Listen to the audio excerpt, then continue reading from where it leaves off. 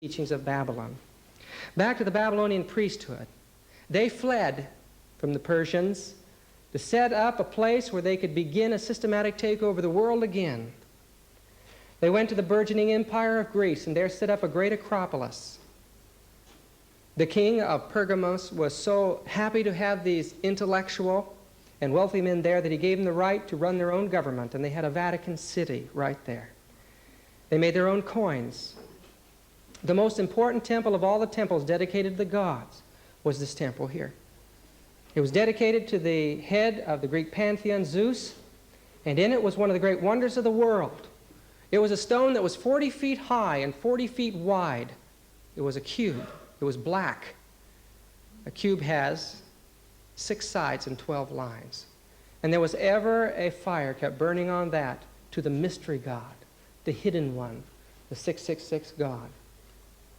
The hill was also a school for medicine and dedicated to the god Aesculapius, the serpent god of healing. It was a system of potions and drug medicine, hypnotism.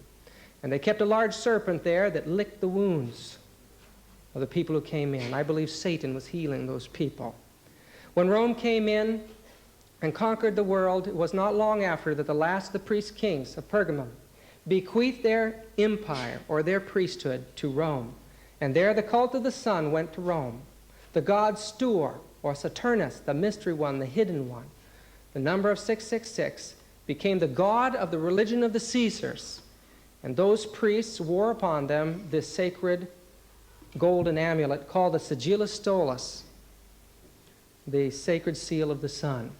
The numbers of the decans of Babylon were placed on it, 1 through 36, and in each row it comes to 111. You add them all up and it comes to 666. And as they wore these on, they believed they were imbued with the sun god's power and that no power on earth would be able to stop them.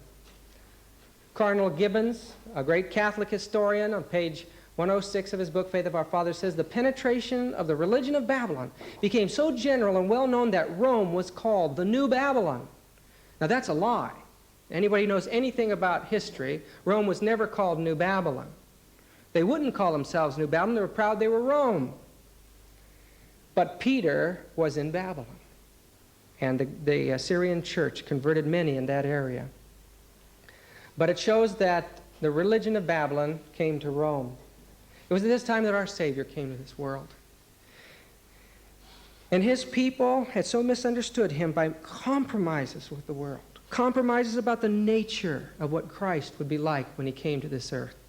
Compromises about the work that he would do for his people, the work he would do for the individual, the work he would do for his nation.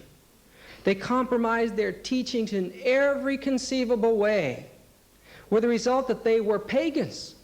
The Sanhedrin from the time of Babylon had its own occult initiation ceremony, where men were initiated into a hybrid religion that was half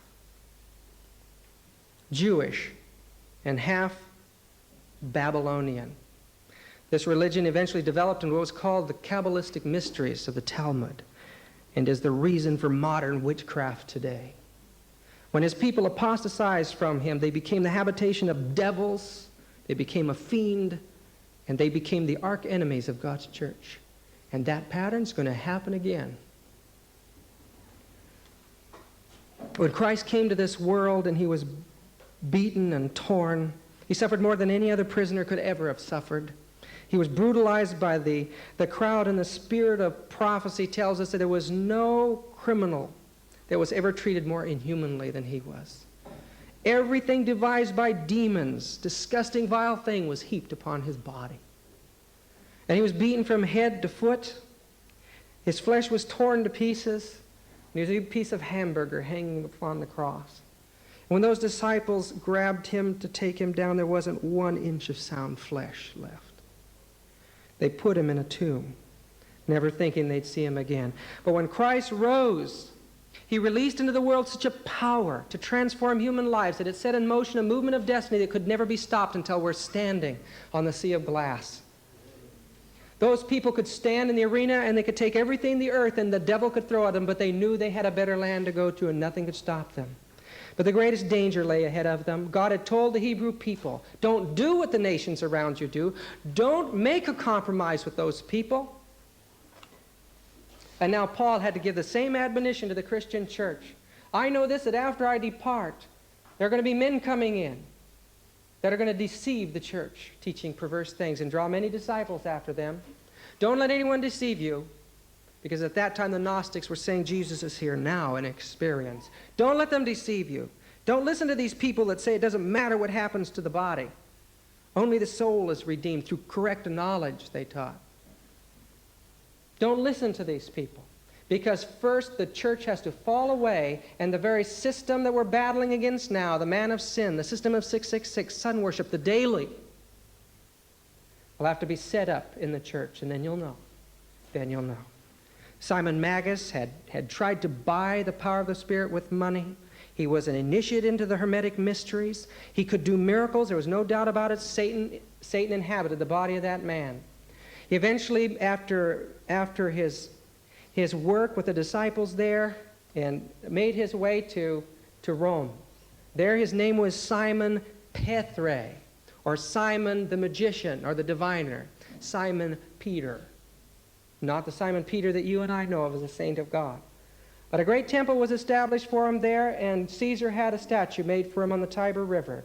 And there are many people gathered around this new religion of the true light, or the religion of knowing, the religion of Gnosticism. And we find out that when he died, his bones were buried in the divining serpent hill, the Vatis Khan. And there in the Vatican today, the one that they call Peter, Simon Peter, is none other than Simon Magus, the demon-possessed magician. That organization, as individuals passed off it, each one possessed, they began to spread throughout this world and established schools. The greatest Gnostic school was in Alexandria, Egypt. It was in that school that the Jews had apostatized, and now Christians, or these men claiming to be Christians. Simon claimed that he was Christ and had been crucified. But many of the leading families, the oligarchical families of Greece, were Gnostics. This is the Gnostic symbol on a family ring. Another family seal with a god of Braxis, a Gnostic god. And this is the number 666 in Gnostic symbolism, with a serpent and the tail in its mouth. In 1945, they found in Nag Hammadi, Egypt, books written by Gnostics which indicated that the foundation of modern Roman Catholicism and evangelical theology, and I don't believe they have any right to that name, because every one of their doctrines is to be found in those Gnostic books. They passed their teachings on through initiation. They could not be persecuted like the true Christians because they believed that they could lie.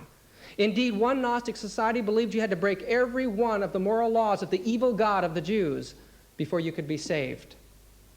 One group was called the Simonians, and or the Sodalites, and they believed you had to live in an indecent lifestyle in order to be saved. One group believed no women could be saved, so they had an initiation for women, making them men so they could be saved.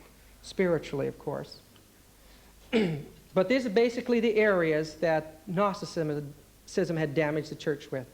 These brilliant intellectuals thought they were so bright, gathering teachings from all the pagan religions around them, felt that everything in religion was an allegory of one secret doctrine. And so they allegorized the Bible away in their theological classes. They believed that only the pneumatic or the spiritual entity of man was redeemable, and thus they separated the concepts of justification and sanctification, and put more weight upon the area of the work they would call justification. The end, of course, was simple. Gnostics did not believe that you had to obey in order to be redeemed. They de-emphasized the concept of prophecy and their place in prophecy in favor of the experience that they should have. And they brought in the speaking in tongues and supernatural revelation among every individual so that the apostles' teachings were no longer valid. They minimized the idea of disobedience against God in their search for salvation. They minimized the idea of miracles, teaching that every man, through certain mechanical, mental exercises, can perform the miracles of Christ. And they de-emphasized the concept of evil spirits. Their theology became a system of philosophy, comparing all the religions together. And the cardinal doctrine was that Jesus could not have been human flesh. No, he was only light. He had to be pure light. They had borrowed this from the Mithraists, who became the